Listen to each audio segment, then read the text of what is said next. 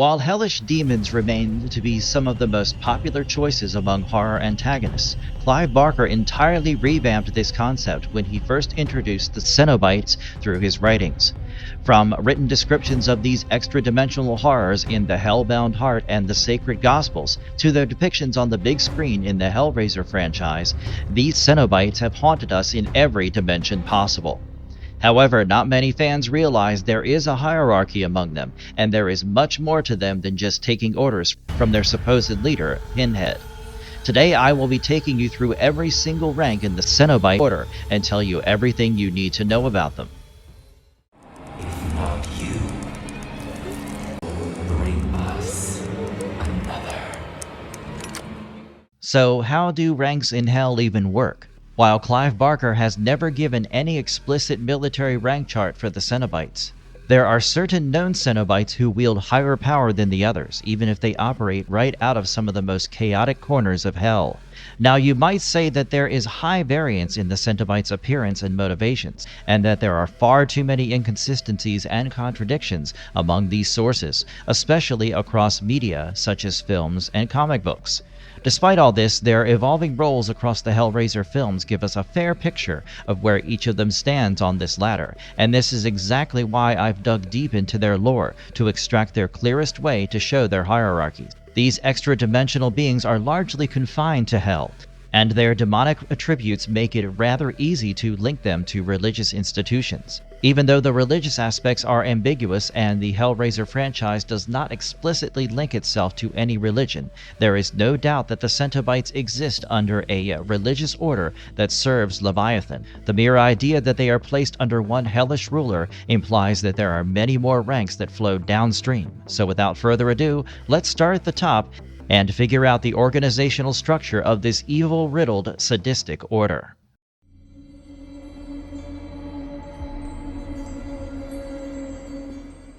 Before we go down, who's actually above Pinhead? The hellish dimension in this franchise is often referred to as the Labyrinth, while Leviathan has been bestowed with the title of Ruler of all Dark Arts and the Lord of the Labyrinth. This would make him Pinhead's reporting manager if they operated in a corporate setting. But, well, jokes aside, it is no less a serious job to rule over the Wonderworld and the hellish dimensions that are home to the Cenobites. Leviathan carries godlike intelligence and rules over the Order of the Gash with an iron fist, and his skills are so incomparable that he has remained the undisputed ruler of them all across canon. He has the ability to create Cenobites in any shape or form, and he has been around for many millennia after having possibly been exiled from heaven and sent to hell. Leviathan is also known for being obsessed with law and order, and viewing humanity as chaotic and wrong to the point where he sends Cenobites to do his dirty work and wage war against humanity. In this way, he is the sole leader of the Order of the Gash, whose members act as his clergy and enforcers. Of course, such a huge order needs a guiding priest or a leader, and Leviathan had delegated this responsibility to the one and only Pinhead. Even though it must be noted that the Order operates under Leviathan's ultimate will and that all the ranks exist under his chain of command, Pinhead appears as the primary antagonist on screen, as he acts as the executioner of these commands.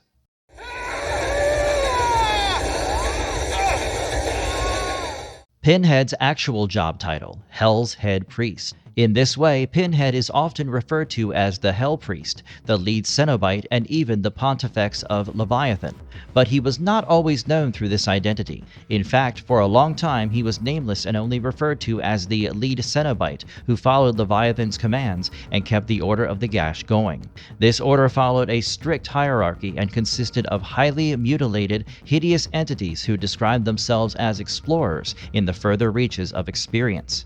To put it plainly, the Cenobites were sadomasochistic beings who derived pleasure from experiencing as well as inflicting pain upon others. Their main objective was to hunt human spirits who escaped hell, as well as recruit humans who solved the Lament configuration puzzle box to join their order of the Gash. At the top of this hierarchy was Leviathan, while Pinhead was the second in command, and typically the only Cenobite to appear to humans who opened the Lament configuration box. He might not be the king of hell, but he was definitely the one doing all the dirty work as per the laws of hell and the wishes of his superior. While he has a reputation as a gore monster, it is imperative to realize his priestly functions and importance in holding the order together before we move on to exploring the next rank.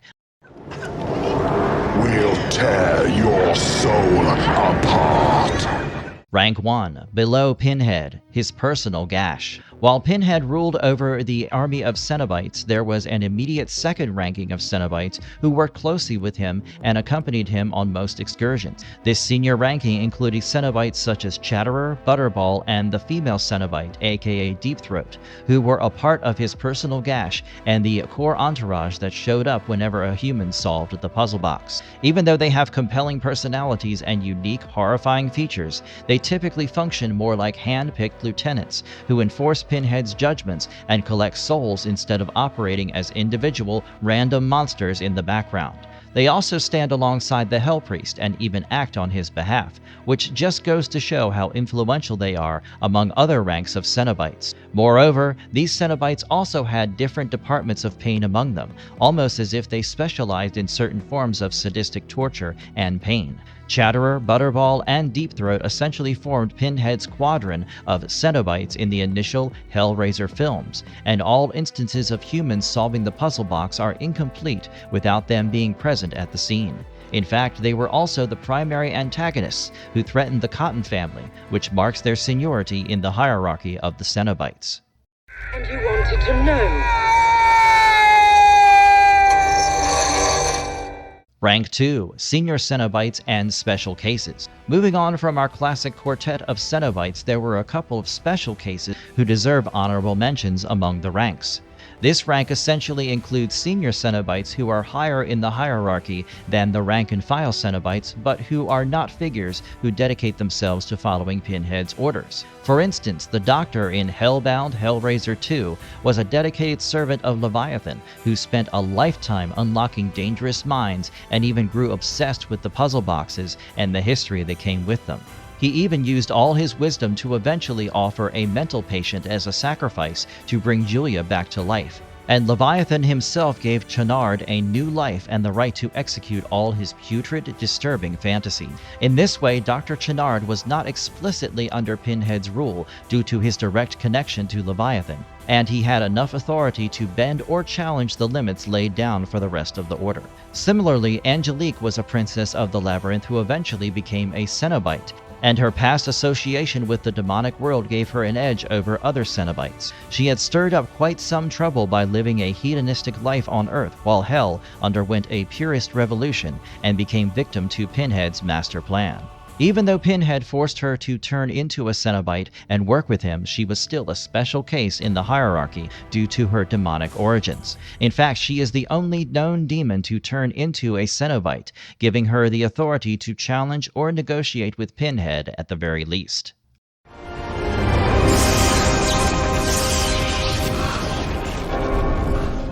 Rank 3, Rank and File Cenobites. The next hierarchy in the Cenobites' Gash would be the Rank and File Cenobites, who made up a majority of the Order. They are best described as the middle-tier Cenobites who appear in sequels and had distinctive gimmicks such as CD Head, Camera Head, Barbie, and even the Siamese twins. These Cenobites typically had wild appearances and were the ones running the show as they ran torture sessions and did most of the day-to-day work that was ordered at the topmost levels by Pinhead and other senior Cenobites. Some other notable Cenobites who can be classified as members of this rank would be Abagor, Aquarius, Atkins, Balberith, Baron, Demore, Face, Griot, Grillard, and Saucy Jack, who were all low-level Cenobites with specific functions and torture areas. While they did not make it to the senior squadron, they were still instrumental in keeping the Order functioning, and many would even say that they were the ones who actually enforced the orders and hunted down victims. It was a gateway. Hell was what he wanted. Rank 4, Specialists and Engineers of the Labyrinth. Before I talk about the lowest ranking Cenobites, I have to take a moment to mention the Specialists and Engineers of the Labyrinth. While most Cenobites that appear on screen are frontline butchers, their organization would not function if some of them did not take on technical or supervisory roles in the Labyrinth. The Engineer is one such example of an entity who oversees mechanisms and corridors in Labyrinth, and one can even liken him to a department head in Hell's infrastructure. While the Cenobites act as jailers, the Engineer is a one-of-a-kind being who should not be directly placed in the same box as them. Instead, Clive Barker's original vision introduced the Engineer as someone who makes the torture devices for the Cenobites, and eventually gives the Lament configuration to Kirsty. He is implied to be the fifth member of the Gash, and the overseer of the Cenobites, which gives him a supervisory role in prose canon. Just like the Engineer, there are sure to be many other specialists who sit roughly around rank 3 Cenobites and represent specialized authority over the hellish environments that provide the rest of them with a playground for their evil schemes. Rank 5, Lesser Cenobites and the Damned. And finally, at the bottom of the ladder, we have all those Cenobites who were either newly transformed and introduced to the Order of the Gash, or were rather low-performing beings who did not live up to the sadistic requirements of the mid-tier or senior-ranking Cenobites. At this stage, one might typically find newly created Cenobites who had not yet explored any unique identities or tasted any authority.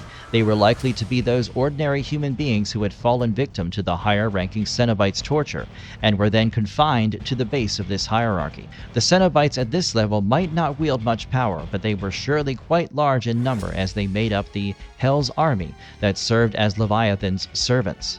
Even Hell is no stranger to bureaucracy, and for every iconic figure standing beside Pinhead, there were countless Cenobites and suffering human spirits at the base of this hierarchy. It is also possible that Cenobites who had disobeyed their senior's authority or failed at their missions were pushed down to this level to exist alongside many other weaker beings of their kind as mere pawns in Leviathan's grand schemes. Demons? Demons aren't real? Then what the fuck is that?